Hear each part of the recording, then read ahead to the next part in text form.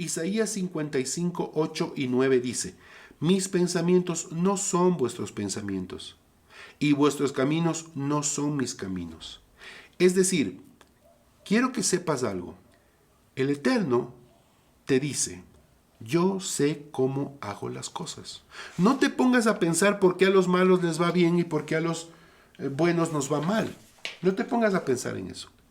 Del hombre son las disposiciones del corazón, mas del Eterno la respuesta de la lengua.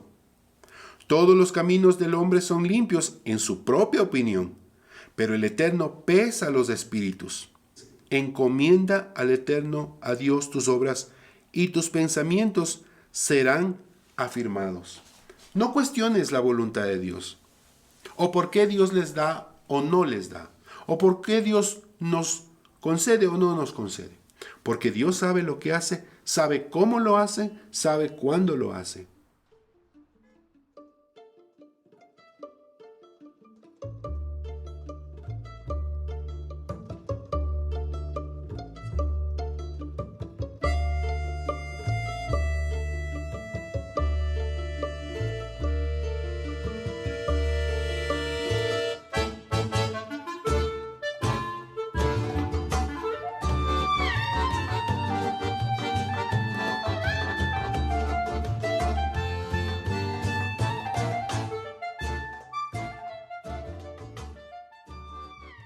Hola, ¿cómo están amigos, hermanos y familia? Un shalom bien grande para cada uno de ustedes. Bienvenidos nuevamente a una transmisión en vivo de lo que estamos compartiendo cada semana. Y estamos en el libro de Génesis. Todavía continuamos en el libro de Génesis.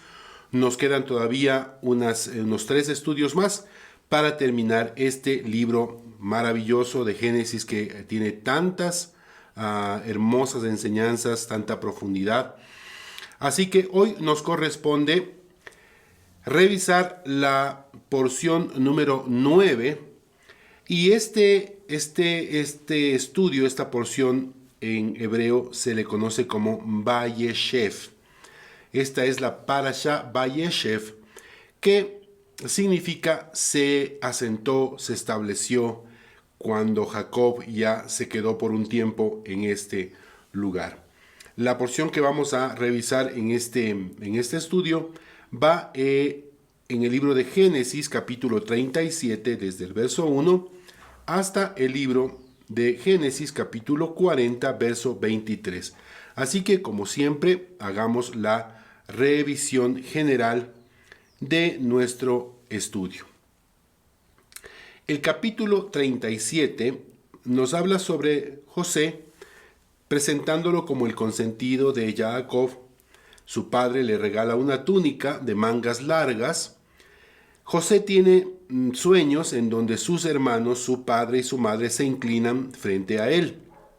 Sus hermanos deciden matarlo, pero Rubén propone dejarlo en un pozo y finalmente es vendido a unos mercaderes ismaelitas o madianitas, nombra a las dos tribus, y ya en Egipto es ofrecido como esclavo, apenas con 17 años, a Potifar, oficial de Faraón, capitán de la guardia. Vamos a analizar ahora entonces este capítulo. Vamos a hacer algunas preguntas y a tratar de responderlas. ¿Por qué Jacob ama tanto a José? Bien, José es el hijo esperado por muchos años de Jacob y es el hijo de la esposa amada de Jacob, que era Rachel. Recuerden ustedes que cuando Jacob se fue a donde su tío Labán a trabajar, inmediatamente cuando vio a Rachel se enamoró de ella, la amó, y ella fue la mujer por la cual él estuvo dispuesto a trabajar 7 años. Al cabo de ese tiempo, cuando llegó el momento en que Labán le entregue a su hija, Labán le entregó a la hija mayor, a Lea. Y esto fue un engaño para Jacob. Pero después de 7 días, nuevamente volvió a darle ahora sí a Rachel. Y tenía que trabajar 7 años más por ahora sí nuevamente Rachel. Pero resulta que Rachel era estéril y Lea y las concubinas que tenían le daban hijos, pero no le daba hijos Rachel. Así que finalmente Rachel le dio a José, y este era el hijo amado de él. Rachel también tuvo a Benjamín, pero se murió. Rachel se murió en el parto. Entonces esa es la razón por la cual Jacob ama tanto a José, a su hijo José, porque es el hijo amado, es el hijo esperado, es el primogénito de la mujer que él realmente amaba. Otro tema que trata este capítulo 37 es la túnica, ¿no? Dice la traducción túnica de colores, pero el texto original hebreo no menciona nada al respecto de que haya sido una túnica de colores. Lo que el texto original hebreo dice es Ketonet Pasim. ¿Qué quiere decir esto? Puede significar Ketonet, una túnica, ¿no? Pero Pasim quiere decir una túnica de lana o una túnica que tenía mangas largas. Obviamente de lana porque era lo que tenían a la mano, eso era la materia prima de la que disponían, eran una... Ustedes saben que ellos eran pastores, todos sus hijos se dedicaban a cuidar ovejas y eso era lo que tenían a mano, pero no es que se invertía todo en ellos, ¿no? Entonces, hacer una túnica con mangas largas simbolizaba algo un poco más, de mucho más aprecio, y por eso era el celo que tenían los hermanos por José. Aparte también de que una túnica de estas características era mencionada o era puesta solamente a personas que tenían algún tipo de autoridad o algún tipo de supremacía sobre las demás personas. Algunos estudiosos dicen que puede haber sido una tela de seda, pero el texto original dice solamente eso, Ketonet Pasim, y hace referencia a una túnica de lana o con mangas largas. La versión Septuaginta, es decir, la versión que tradujeron los griegos desde el hebreo para los judíos helenistas, confundió la palabra o malinterpretó la palabra, y por eso es que la puso de colores, y por eso nosotros la hemos conocido tradicionalmente como una túnica de colores, pero no es así. Los sueños de José. Siempre el ser humano ha tenido fascinación por el tema de los sueños, asociándolo con una manera de comunicación de parte de Dios. En José, estos sueños provocaron su condena y también su liberación. Qué interesante, ¿no? Que a causa de los sueños que él tuvo, sus hermanos tenían tanto celo, y dice aquí la escritura que ellos pensaron en matarlo. Tal vez es una traducción que la podemos, es una interpretación que la podemos ver desde el punto de vista superficial, porque los hermanos no querían matarle físicamente, simplemente querían anularlo, es decir, que no escucharlo más, ¿no? Que no sea para ellos un constante recuerdo de lo que ellos eran, ¿no? Hombres que no estaban muy muy apegado realmente a las leyes y la manera de vivir que su padre Jacob planteaba.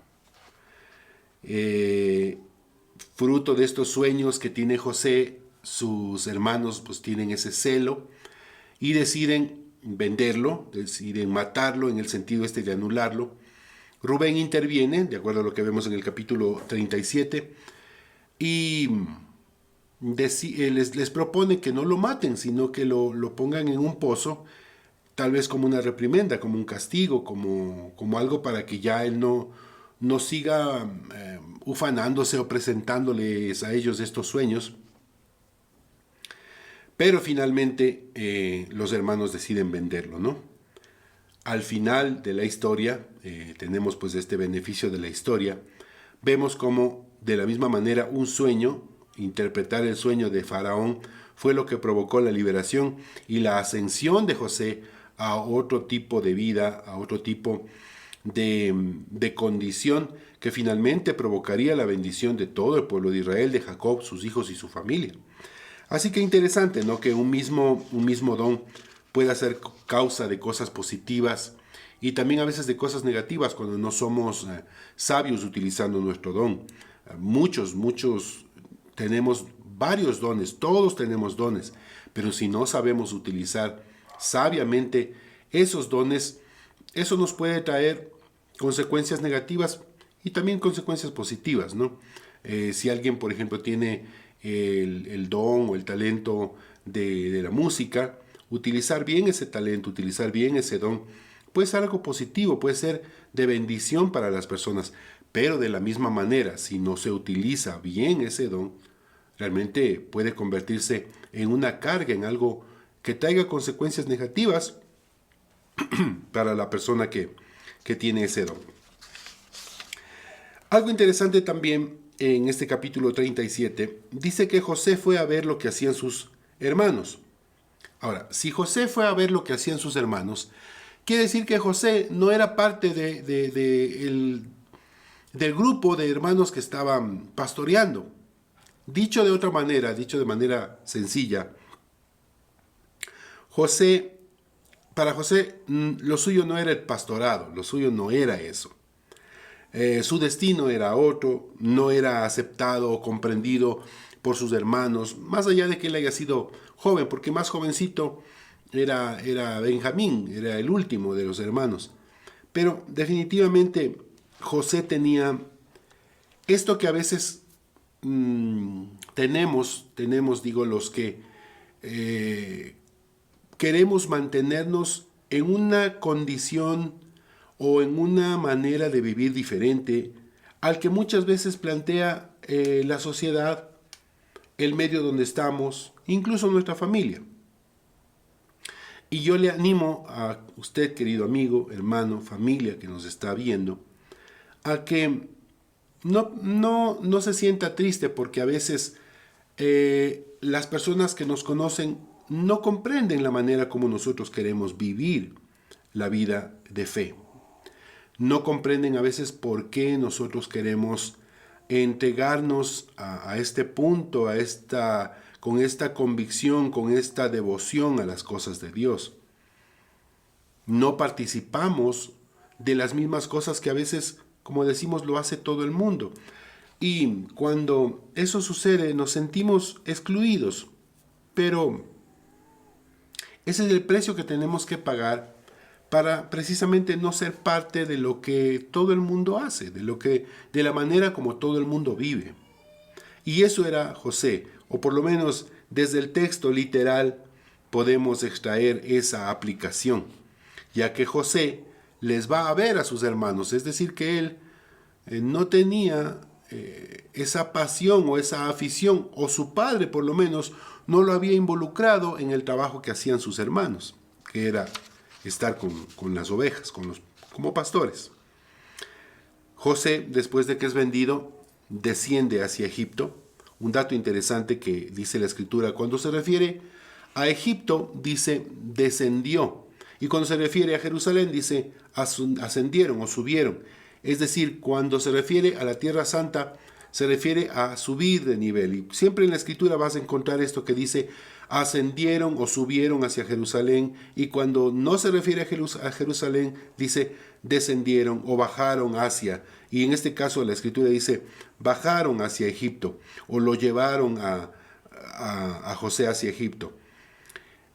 Podemos sacar la aplicación desde el texto literal, por lo menos, que en Egipto iba a comenzar el proceso de crecimiento y de transformación de el joven José. Vamos al capítulo 38. Este capítulo 38 es supremamente interesante. Ya vamos a conversar un poquito de esto, pero vamos a hacer la revisión general del capítulo. Dice el capítulo 38. Judá, el cuarto hijo de Jacob, se casa con una mujer cananea. Tiene 3 hijos, Onán y Selá. El mayor se casó con Tamar, pero murió. Así que la costumbre ordenaba que su lugar lo tome el segundo hijo, Onán. Pero Onán no quería levantar descendencia con Tamar y, dice textualmente, vertía en tierra y también murió, ya que esto no le agradó para nada al Eterno. Así que por ley el tercer hijo, Selá, debía tomar su lugar, pero aún no tenía la edad para hacerlo.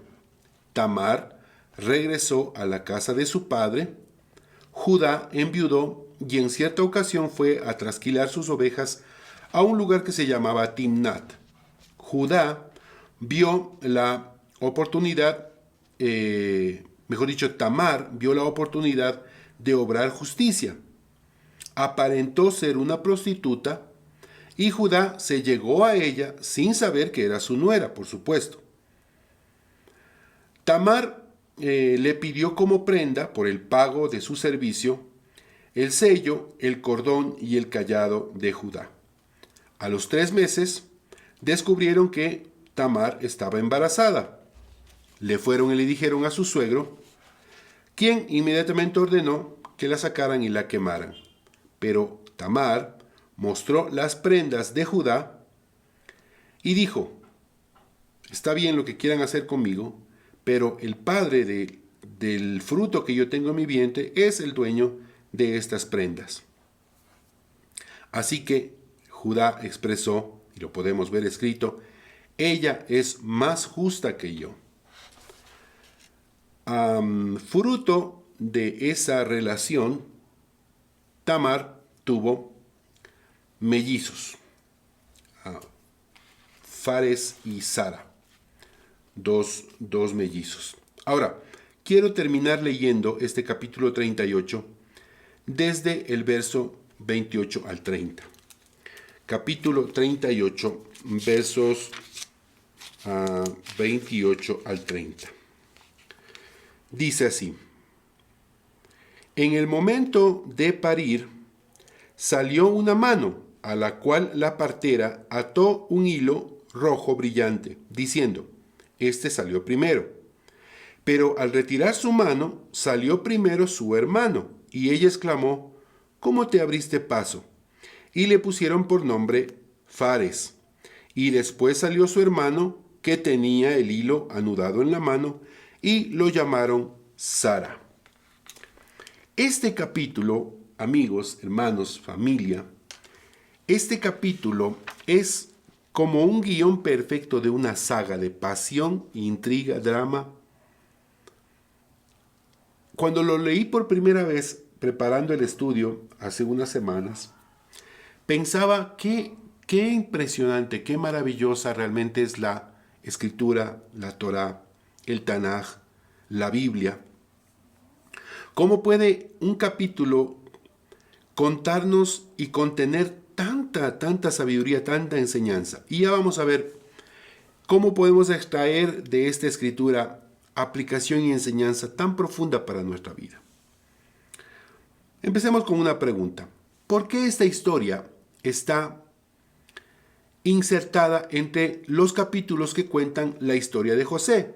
Pónganse a pensar. Capítulo 37 básicamente habla del amor de Jacob por José, José delatando a sus hermanos vendiéndolo. Y termina el capítulo prácticamente con los ismaelitas llevándose a José hacia Egipto. Capítulo 38 está inserto entre el capítulo 39, que ya habla específicamente de los sueños de José y José en Egipto y todo lo demás. Pregunta, ¿por qué esta historia está insertada entre los capítulos que cuentan la historia de José? ¿Por qué la historia, es decir, por qué este capítulo 38 termina con el relato tan singular del nacimiento de los mellizos?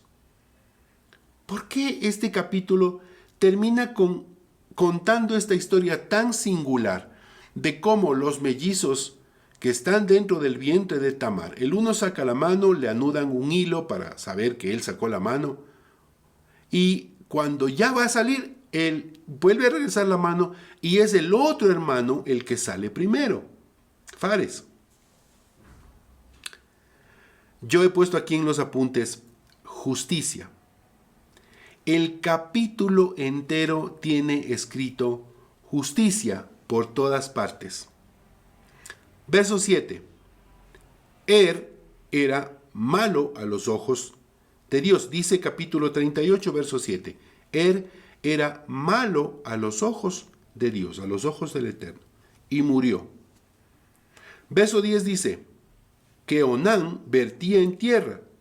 La costumbre ordenaba que si moría el hermano mayor, entonces el hermano menor debía tomar su puesto y levantar descendencia en su cuñada para que su cuñada pueda tener hijos, para que su cuñada pueda, cuando ya envejezca, puede tener hijos que le cuiden, que le sostengan. Así era como la ley, no la ley escrita, no la ley de la Torá, porque todavía no existía la Torá. Pero que, como ya hemos explicado, aunque no existía la Torá todavía como la norma o libro de instrucciones, existían leyes que gobernaban, motivaban, dirigían la vida de las personas en la antigüedad. Cuando Onán se llega o se casa con Tamar, cuando tenían intimidad, dice la escritura que Onán terminaba o vertía en tierra. Por eso es que a esto que se le conoce como masturbación también se le conoce con el nombre técnico de onanismo. Onanismo. Viene de aquí, de Onán.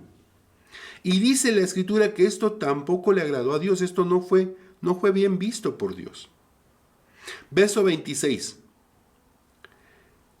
Cuando ya Tamar se va a vivir con su padre nuevamente, como viuda, Judá no le entrega a su tercer hijo, pero ya cuando su hijo tenía edad, como para levantar a sí mismo descendencia con Tamar, Judá no lo hace. Injusticia por todo lado.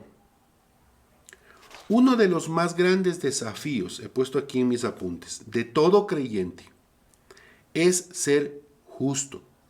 Uno de los más grandes desafíos que tenemos como creyentes es ser hombres y mujeres justos.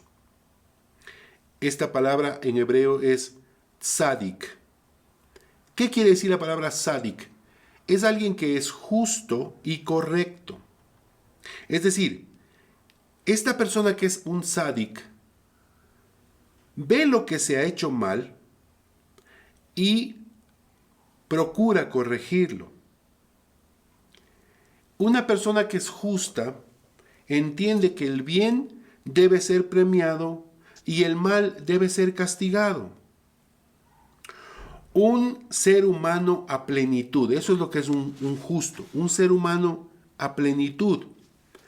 Dice el libro o la carta que escribe el apóstol Shaul HaTarsi, o Pablo como lo conocemos, en el libro de Romanos, el capítulo 12 y el verso 5. Voy a buscarlo para leerlo. Capítulo 12, verso 5, dice: así nosotros siendo muchos, perdón, estoy leyendo el 5, el 15 es. Ahora sí, Romanos capítulo 12, verso 15 dice: gozaos con los que se gozan y lloren con los que lloran. Eso es un justo. Una persona que tiene esta capacidad de dolerse de las situaciones de las personas que están pasando por dolor y gozarse con las personas que se alegran. Es un ser humano a plenitud. A veces tenemos la idea de que un justo, un sádic, es alguien casi sobrenatural, un santo en el sentido de que no ve, no oye, no siente, está completamente conectado a la divinidad, a Dios, a lo espiritual. Pero no, un sádico, un justo es aquella persona que ve lo que está mal hecho, lo que es incorrecto, y procura corregirlo, no ordenando, sino haciéndolo. Un justo es aquel que sabe que el bien, lo que está bien hecho, lo que es bueno debe ser premiado y lo que es malo debe ser corregido, debe ser castigado. He anotado un dicho muy interesante que dice, un proverbio judío, que dice, el que es piadoso con los crueles, es cruel con los piadosos. Es decir, cada persona en justicia merece la consecuencia de sus actos. Cada persona merece en justicia la consecuencia de sus actos. Y muchas veces cuando nosotros nos portamos piadosos con los crueles, al mismo tiempo estamos siendo crueles con los piadosos. Por eso es importante que seamos justos. ¿Y por qué digo que este capítulo 38 está lleno de la palabra justicia? Escuche bien esta reflexión. Tamar, la nuera de Judá, tuvo dos esposos, y luego su hermano Onán. Los dos fueron malos delante de los ojos de Dios. Los dos hicieron algo malo delante de los ojos de Dios y por eso el Eterno les quitó la vida. Pero el Eterno le concedió dos hijos a Tamar en un solo parto, porque ella finalmente se quedó embarazada de Judá, que era el padre de estos dos hijos que era el padre de y de Onán, pero también era el padre de Fares y Sara. Es decir, el Eterno le hizo justicia a Tamar. Le hizo justicia. Y si ella tuvo dos esposos y de ninguno tuvo hijos, pues ahora del padre de estos dos hombres malos queda embarazada y va a tener dos hijos. El Eterno le concedió dos hijos de un solo parto. Sara, que fue el que sacó la mano primero, el que amarraron ese hilo rojo en su mano, y su nombre quiere decir resplandor, brillo fugaz.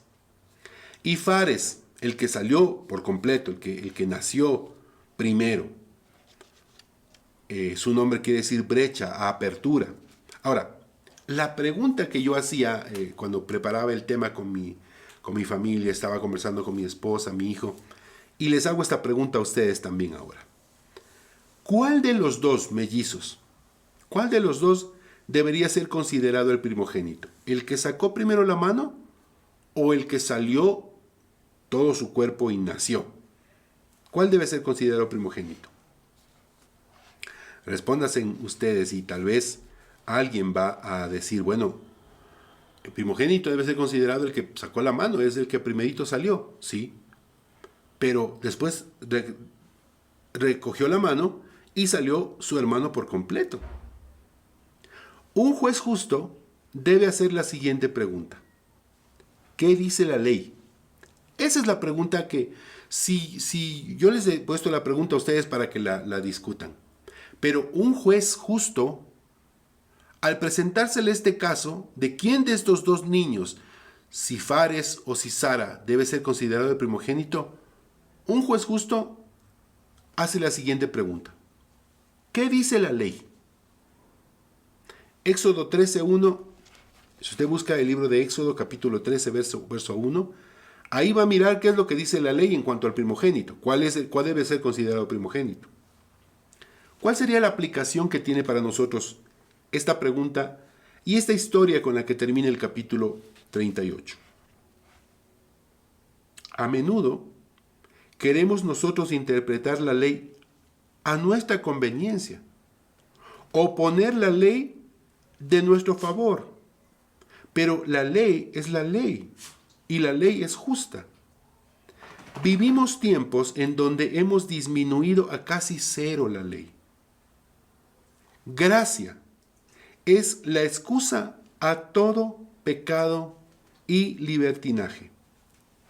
Como yo ya les he dicho muchas veces, amigos y hermanos, y me tomo la molestia de recalcarlo porque pretendo que quede claro para muchas personas que tienen esa incógnita, esa duda. Nosotros en nuestra comunidad, Beit Shalom, no somos judíos. no nos consideramos judíos, ni tampoco nos consideramos judío-mesiánicos. Hay dos caminos para acercarse de acuerdo a la palabra escrita, al Torá, al Tanaj, a la Biblia, incluso al Nuevo Testamento. Hay dos caminos escritos, perfectamente delimitados para acercarnos a Dios. Es el camino de los judíos y el camino de los gentiles. El camino que nos ha correspondido a nosotros es el camino de los gentiles y no tiene nada de malo. Al camino de los gentiles se le conoce como no ágidas. No ágidas. ¿Por qué?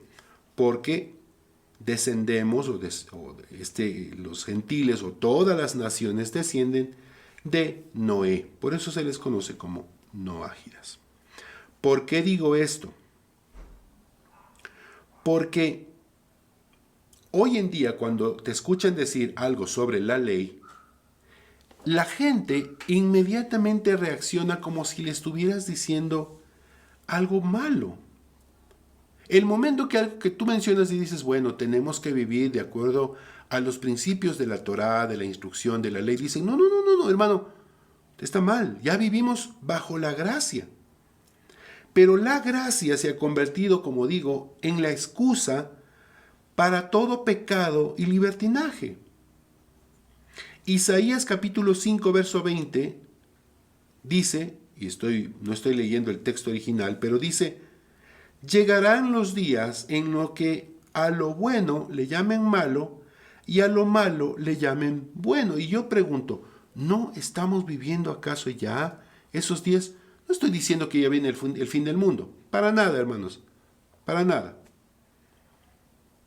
Pero en virtud de la gracia o justificados por la gracia, muchos creyentes viven una vida disoluta de pecado, de libertinaje. Entonces, no se asusten cuando escuchan sobre la ley, porque el apóstol Pablo dice que la ley es sabia, es justa, es buena para todo creyente. Continuemos. Cuando pregunto cuál debería ser considerado el primogénito, decía que en Éxodo 13:1 dice, aquel que abre matriz,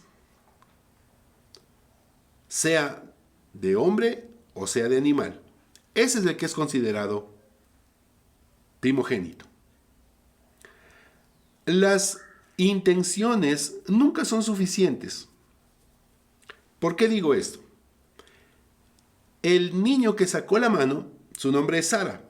Esto quiere decir fugaz, brillante. Pero a veces, habemos creyentes que somos así, fugaces. Decimos, vamos a hacerlo, listo, y preparamos algo.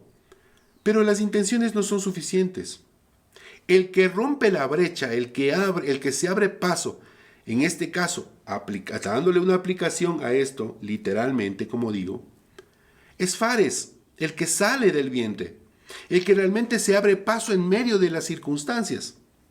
Por eso he puesto aquí en los apuntes míos, las intenciones nunca son suficientes, hay que accionar, hay que ser siempre causa,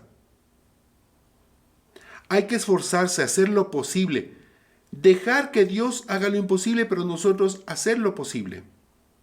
Accionar nuestra fe, frentear la situación, enfrentarnos a las cosas de la vida, valientemente, haciendo lo posible y permitiendo que Dios haga lo imposible. Entonces, algunas preguntas de reflexión para usted, para nosotros en este estudio. ¿Qué tan constante eres tú? Una pregunta que tú debes responderte. ¿Qué tan constante eres? ¿Eres como Fares? ¿Explotas con una excelente idea, pero a los días ya decae tu intencionalidad? ¿Qué tan fácil te rindes? ¿Qué tan fácil te rindes? ¿Eres de esas personas que se proponen con ánimo algo pero al poco tiempo se rinden.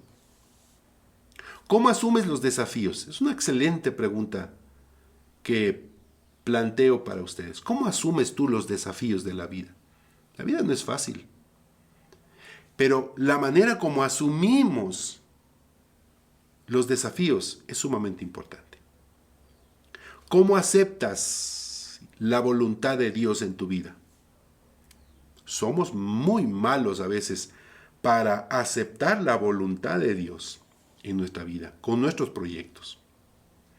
Sigamos adelante porque nos quedan todavía 2 capítulos. Capítulo 39. José es puesto a cargo de todos los asuntos de su amo, Potifar. José se convierte en el administrador de todo lo relacionado con la casa de su amo y su trabajo fue satisfactorio en gran manera. La esposa de Potifar puso sus ojos sobre José y constantemente lo acosaba pidiéndole que se acueste con ella, mas él se negaba. Finalmente es injustamente acusado y puesto en prisión, donde nuevamente se convirtió en alguien considerado, pues la bendición del Eterno estaba sobre él. Algunas breves reflexiones sobre esto. ¿Por qué José es puesto como administrador? Simplemente viene Potifar, lo compra como esclavo y pum pum, lo pone de administrador. Eso es lo que podemos ver textualmente. Pero el verso 2 dice, el Eterno era con José. El verso 2 de este capítulo 39, Dios estaba con José. El verso 3 dice, su amo vio que el Eterno estaba con él. De aquí sacamos una reflexión, una aplicación para nosotros. Cuando Dios está contigo, cuando Dios está con nosotros, es evidente a los ojos de los demás. Puede ser que estemos pasando por pruebas, puede ser que estemos pasando por necesidad, pero es evidente cuando la presencia de Dios está en tu vida. Del verso 4 al 6 dice, el Eterno bendijo la casa del egipcio por los méritos de José. Lea por favor los versos 4 al 6 de este capítulo 39 y dice, el Eterno bendijo la casa del egipcio por medio de los méritos de José. Nuestra presencia trae bendición a los que nos conocen y nos encargan una responsabilidad. Preguntas de reflexión para nosotros. ¿Eres bendición en tu lugar de trabajo? ¿Tú eres bendición ahí en el lugar donde tú te desempeñas? ¿Eres ejemplo de responsabilidad? Cuando un creyente falla, lo primero que le dicen es, ahí está, mira, ese es un creyente. Esa es una persona que según él ama a Dios. Lo primero que hace la gente cuando un creyente falla es enrostrarle, ponerle por delante su presunta fidelidad, su creencia en Dios. Entonces mi pregunta para ti y la pregunta que podemos hacernos todos, ¿somos realmente bendición en el lugar donde estamos? ¿Somos ejemplo de responsabilidad con las cosas que nos encargan? ¿Es evidente en tu vida que Dios está contigo? ¿Es evidente en tu vida que Dios está contigo? Claro, existen injusticias, he puesto aquí en mis apuntes. Existen injusticias en esta vida. José nuevamente es despojado de su ropa, de su dignidad. Fue vendido injustamente y le arrancaron su túnica, le mancharon con sangre y con eso fueron a mostrarle a su padre Jacob. Y le arrancaron su ropa. Eso es un acto simbólico de quitarle la dignidad a alguien, dejarlo desnudo. Por eso es que en los campos de concentración a nuestros hermanos judíos los dejaban sin ropa, desnudos. Y les ponían una vestimenta que tenía una estrella que decía judío. La vestimenta simboliza la dignidad. Y cuando le quitaron la dignidad a José, sus propios hermanos mancharon esa túnica con sangre. Ahora también le pasa algo así a José en la casa de Potifar. La esposa de Potifar le arranca su ropa, le quita nuevamente su dignidad. Fue vendido injustamente y ahora encarcelado injustamente. Pero, claro, el beneficio que tenemos de conocer la historia nos dice que, escuche bien lo que le voy a decir, todo tiene un propósito. Todo tiene un propósito. Tú te preguntas a veces, ¿por qué le pasan cosas malas a la gente buena? Yo me lo he preguntado. ¿Por qué los que nos esforzamos por ser luz somos reducidos y los que andan en oscuridad reciben beneficios? Yo me lo he preguntado muchas veces y estoy seguro que tú te has hecho la misma pregunta. ¿Por qué le pasan cosas malas a la gente buena? Y aparentemente a los malos les pasan cosas buenas. ¿Por qué a los que pretendemos ser luz, en realidad somos reducidos y los que andan en oscuridad reciben beneficios? Déjame recordarte lo que dice Proverbios capítulo 16, verso 4. Aún el impío ha sido creado por Dios para el día del castigo. Isaías 55, 8 y 9 dice: mis pensamientos no son vuestros pensamientos, y vuestros caminos no son mis caminos. Es decir, quiero que sepas algo. El Eterno te dice: yo sé cómo hago las cosas. Yo sé cómo hago las cosas. No te pongas a pensar por qué a los malos les va bien y por qué a los buenos nos va mal. No te pongas a pensar en eso. Y voy, puesto en mis apuntes, leer Proverbios capítulo 16, verso del 1 al 3. Y ya vamos terminando. Dice: del hombre son las disposiciones del corazón, mas del Eterno la respuesta de la lengua. Todos los caminos del hombre son limpios en su propia opinión, pero el Eterno pesa los espíritus. Dice el verso 3, encomienda al Eterno, a Dios, tus obras, y tus pensamientos serán afirmados. No cuestiones la voluntad de Dios, o por qué Dios les da o no les da, o por qué Dios nos concede o no nos concede. Porque Dios sabe lo que hace, sabe cómo lo hace, sabe cuándo lo hace. Porque Él tiene un propósito. No te pones a pensar cuántas veces José estaría pensando: ¿por qué me pasa lo que me pasa? ¿Por qué mis propios hermanos, mi propia familia me ha provocado esto en mi vida? Él era apenas un niño de 17 años. No puede, aunque en el judaísmo y en el mundo hebreo antiguo, un niño ya era considerado, desde los 13 años ya era considerado responsable. Pero tú y yo sabemos que un muchacho de 17 años es un muchacho, es una criatura. En la cárcel. Terrible. Pero sus propios hermanos lo pusieron ahí. ¿No te pones a pensar cuántas veces, llorando en la noche, él diría: ¿por qué me pasa esto a mí? Quiero decirte algo. Deja de preguntarte por qué te pasa eso a ti. ¿Por qué te pasa lo que te pasa? Porque Dios tiene un propósito. No tenemos el beneficio de la historia, no podemos ver hacia el futuro. Podemos mirar la historia de José y sabemos que desde la cárcel salió para ser levantado como el administrador más importante de Egipto después del faraón. Lo sabemos por el beneficio de la historia. Pero tu historia y mi historia todavía no terminan. Y no sabemos cómo termina. Lo que sí sabemos es lo que dice la Escritura. Isaías 55, 8 y 9. Mis pensamientos no son tus pensamientos, dice el Eterno. Mis caminos no son tus caminos. No temas, no te angusties, no te afanes y no dudes. Aprende paciencia, aprende a esperar en Dios. No existe escrito un número exacto, pero José estuvo más o menos 13 años en la cárcel. 13 años, injustamente. Dice en mis apuntes leer Salmo 40 del 1 al 5. Salmo 40 del 1 al 5. Y te invito para que busques este texto.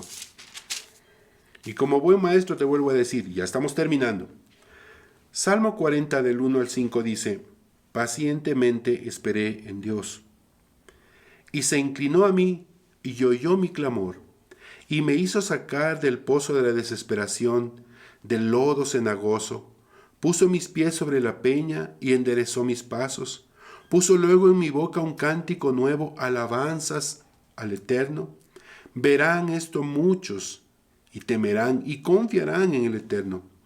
Bienaventurado es el hombre que puso en Dios su confianza y no mira a los soberbios ni a los que se desvían tras la mentira. Pues tú has aumentado, oh Dios, tus maravillas y tus pensamientos para con nosotros. No es posible contarlos ante ti. Si yo anunciara y hablara de ellos, no podrán ser enumerados. Qué precioso este salmo.